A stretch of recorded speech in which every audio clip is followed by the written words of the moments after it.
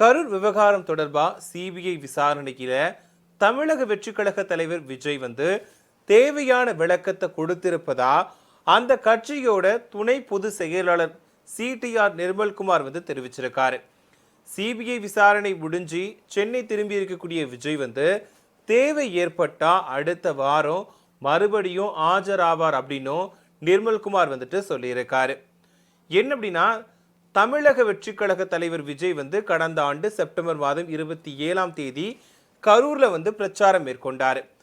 அப்போ ஏற்பட்ட கூட்ட நெரிசல்ல சிக்கி 41 அப்பாவி பொதுமக்கள் உயிரிழந்திருந்தாங்க. இந்த சம்பவம் நாடு முழுவதுமே அதிர்ச்சியை ஏற்படுத்தி இருந்துச்சு. இந்த சம்பவம் தொடர்பா சிபிஐ அதிகாரிகள் விசாரணையை நடத்திட்டு இருக்காங்க. இந்த விசாரணையை ஓய்வு பெற்ற நீதிபதி அஜய் ரஸ்தோகி தலைமையிலான குழுவினர் தான் கண்காணிச்சுட்டு இருக்காங்க. இந்த நிலையில தான் கரூர் கூட்ட நெரிசல் சம்பவம் தொடர்பா சிபிஐ அதிகாரிகள் விசாரணையை தீவிரப்படுத்தி இருக்காங்க. கடந்த மாதம் தமிழக வெற்றி கழக பொதுச் செயலாளர் புஷி ஆனந்த், தேர்தல் மேலாண்மை பிரிவு பொதுச் செயலாளர் ஆதவ் அர்ஜுனா, கட்சியோட இணை பொதுச் செயலாளர் நிர்மல்குமார், கரூர் மாவட்ட செயலாளர் மதியழகன் இவங்க எல்லார்கிட்டையுமே விசாரணையை நடத்தினாங்க. கடந்த சில நாட்களுக்கு முன்னாடி டெல்லியில உள்ள சிபிஐ அலுவலகத்துல புஷி ஆனந்த், ஆதவ் அர்ஜுனா ஆகியோர் நேரில் ஆஜரானாங்க. அங்க சிபிஐ அதிகாரிகள் கேட்ட கேள்விகளுக்கு அவங்க விளக்கம் கொடுத்தாங்க.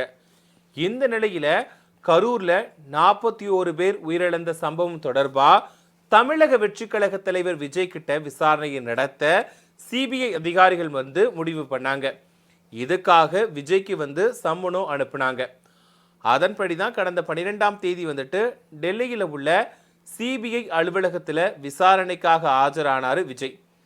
அப்போ சிபிஐ அதிகாரிகள் சுமார் 7 மணி நேரம் விஜய் கிட்ட விசாரணையை நடத்திட்டு இருக்காங்க. அதே போல சிபிஐ விசாரணை முடிஞ்சதுக்கு அப்புறமாவும் விஜய் நீண்ட நேரம் சிபிஐ அலுவலகத்திலேயே காத்திருக்க வச்சிருக்கப்பட்டிருக்காரு. இதுக்கப்புறமா விசாரணை முடிச்சுட்டு டெல்லியில தங்கின விஜய் கிட்ட மறுபடியும் சிபிஐ விசாரணை நடத்தப்படும் அப்படின்னு எதிர்பார்க்கப்பட்டுச்சு.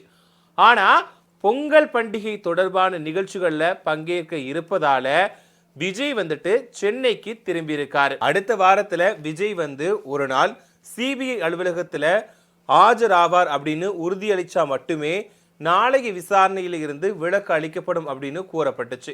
இதனால ஜனவரி 19ஆம் தேதி விஜய் மறுபடியும் சிபிஐ அலுவலகத்துல ஆஜராகுவார் அப்படின்னு உறுதி அளிச்சுட்டு சென்னைக்கு திரும்பி இருக்காரு. இந்த நிலையில தான் சென்னையில தமிழக வெற்றி கழக துணை பொது செயலாளர் நிர்மல்குமார் செய்தியாளர்களை சந்திச்சாரு. அப்போ அவர் என்ன சொன்னார் அப்படின்னா, சிபிஐ விசாரணையில தேவையான எல்லா விளக்கங்களையுமே விஜய் கொடுத்திருக்காரு அப்படின்னு சொல்லியிருக்காரு.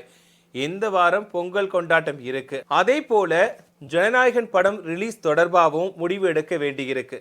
இதனால நாங்க சிபிஐ விசாரணைக்கு வேறொரு தேதிக்கு மாற்ற கேட்டுக்கிட்டோம் அப்படின்னு கூறியிருக்காரு.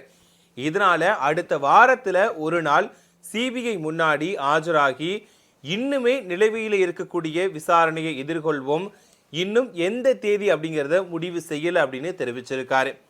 ஒரு சில நாட்கள்ல முடிவு செஞ்சு கூறிடுவோம். எங்களுக்கு விட்னஸ் சம்மன், விசாரணையில நடந்ததை வெளியில சொல்வது மாண்பா இருக்காது. கரூர் சம்பவத்துல என்ன நடந்தது அப்படிங்கிறது எல்லாருக்குமே தெரியும். முதலமைச்சர் மு.க.ஸ்டாலின் சொன்ன காவலர்கள் கணக்குக்கும் ஏடிஜிபி டேவின்சன் சொன்ன கணக்குக்குமே முரண்பாடு இருக்கு. இந்த வழக்குல தமிழக அரசு அவசரத்துல நிறைய தவறுகளை செஞ்சிருக்கு. அதே போல கரூர் சம்பவத்துல பிரேத பரிசோதனையில குளறுபடி நடந்திருக்கு. இறந்த குடும்பங்களை காவலர்கள் அழைச்சி மிரட்டி முன் தேதியிட்டு கையெழுத்து வாங்கியதாகவும் புகார்கள் இருக்குது.